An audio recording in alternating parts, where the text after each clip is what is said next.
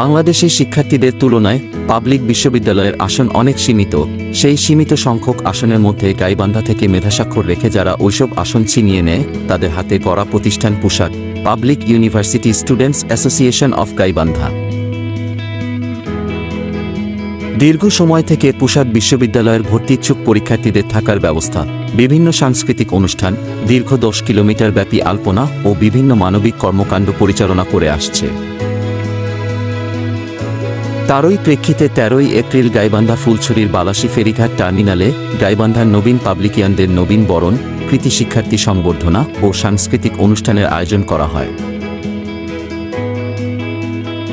অনুষ্ঠানটিতে প্রধান অতিথি হিসেবে উপস্থিত ছিলেন গাইবান্ধা 5 ফুলছড়ি শাখাটা আসনের মাননীয় সাংসদ জনাব মাহমুদ হাসান রিপন।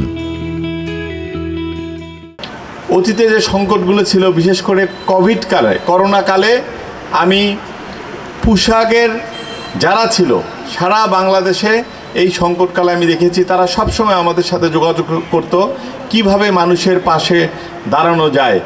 আসলে আমরা যারা পাবলিক বিশ্ববিদ্যালয়ে পড়ালেখা করেছি অথবা আজকে যারা চান্স পাচ্ছে সবাই যে সচ্ছল পরিবারের সন্তান তা কিন্তু না।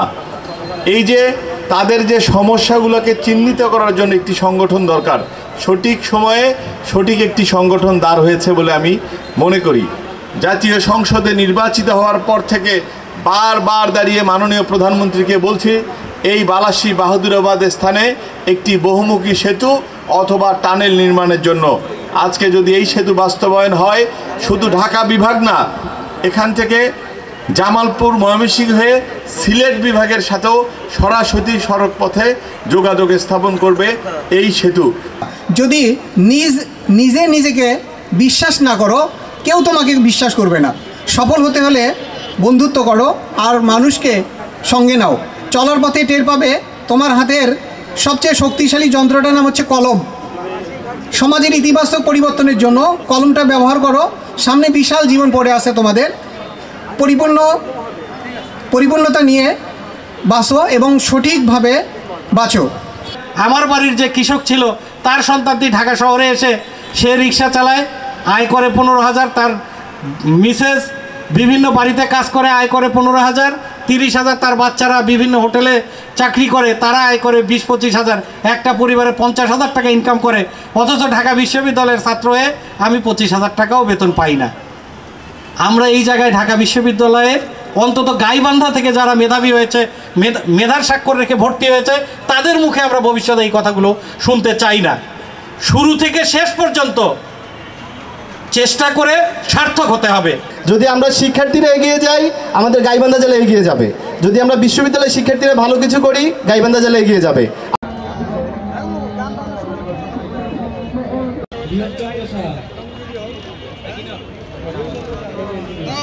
তোফাজ্জল হোসেন, ইসলামিক স্টাডিজ, ঢাকা বিশ্ববিদ্যালয়। তোফাজ্জল হোসেন। এরপরে সাজ্জাদ হোসেন সরকার, জগন্নাথ বিশ্ববিদ্যালয়, IML বিভাগ।